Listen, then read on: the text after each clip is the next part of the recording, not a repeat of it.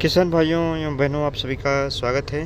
गन्ने की खेती इस प्रकार होनी चाहिए जिसमें गन्ने बराबर हों। इस खेत की जो लाइन से लाइन की दूरी है वो केवल 4 फीट है और साथ ही में सिंगल बड से इसकी प्लांटिंग बराबर दूरी पर की गई है। 15 इंच की दूरी पर इसकी प्लांटिंग की गई। अक्टूबर के माह की इस खेत की प्लांटिंग थी और आप देखें कि सारे इसके जो गन्ने हैं वो पेराई योग्य दिखाई पड़ते हैं और बिल्कुल पूरे खेत में बराबर लंबाई के और मोटाई के गन्ने दिखाई पड़ रहे हैं। मिट्टी चढ़ाई गई है इतनी जिससे कि जो सूखी पत्ती है उसको बीच में बिछाया जा सके। ट्राइकोडर्मा का इस खेत में प्रयोग किया गया है 4 किलोग्राम प्रति एकड़ की दर से।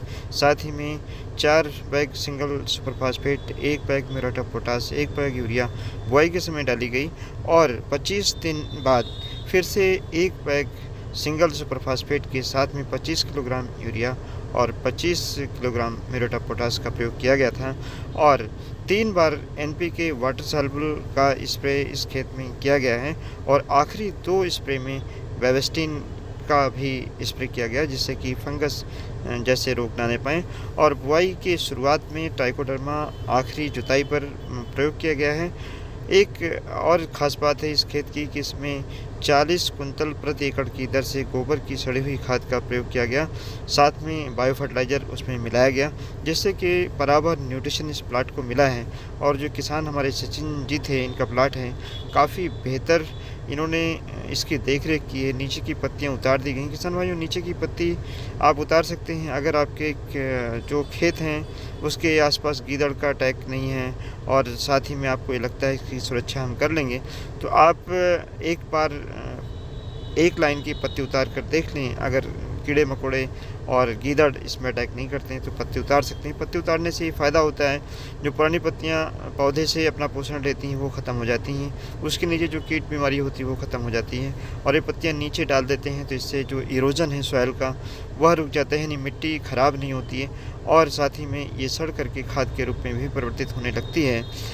गन्ने के ऊपर जब हल्की सी गर्मी पड़ती है, खुला रहता है तो इसकी मोटाई भी बहुत तेज़ी से बढ़ती है और गन्ने एक समान रूप से हो जाते हैं। किसान भाइयों, ये एक कुछ इस तरीके का प्लाट था जिसमें ट्रेंच विधि से जब गन्ने की बुआई की गहरी जुताई की गई।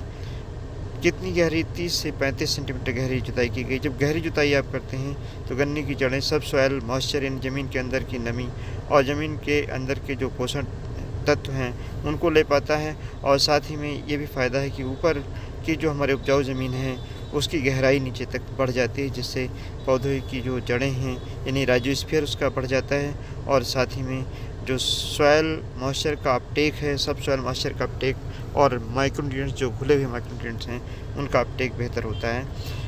बंधाई में थोड़ा इसमें इस प्लाट में कमी है। अगर बंधाई आप थोड़ा पत्तियों को लपेट करके नीचे से करें ताकि गन्ना गिरने न पाए, इसको ख़ास तौर से ध्यान रखना है। और जिस समय इसकी हार्वेस्टिंग आप करें, ये मेड़ जो आपको लगती है हल्की गिरा सकते हैं। इसके बाद इसकी जो रैटून है वह भी बेहतर होगी। किसान में 4 फीट की दूरी रखी गई जिससे पौधे की जो संख्या है वो काफ़ी अच्छी है। यहाँ पर इसकी काउंटिंग की गई, करीब 1 मीटर की गोल की लंबाई में 18 से 20 पौधे और कहीं-कहीं 22-23 पौधे भी इस प्लाट में थे। और अगर हम उपज की बात करें तो एकड़ में इस प्लाट की उपज 900 कुंतल प्रति एकड़ से भी कहीं ज़्यादा थी। किसान भाइयों, इस तरह से गन्ने की खेती करके आप बहुत अच्छा उत्पादन ले सकते हैं। सफसली के रूप में इस समय आप आलू लगा सकते हैं अगर अक्टूबर की प्लांटिंग आप करते हैं और साथ ही में आलू सबसे अच्छी फसल है। लहसुन लगा सकते हैं और पत्ता गोभी, फूल गोभी, मूली, शलजम, धनिया, इवन गेंदा की खेती भी गन्ने के साथ कर सकते हैं और इससे जो आपको एक अतिरिक्त आय भी मिलेगी और साथ में जो इंटरकल्चर ऑपरेशन है गन्ने का वो भी बहुत अच्छी तरीके से आप कर पाएंगे।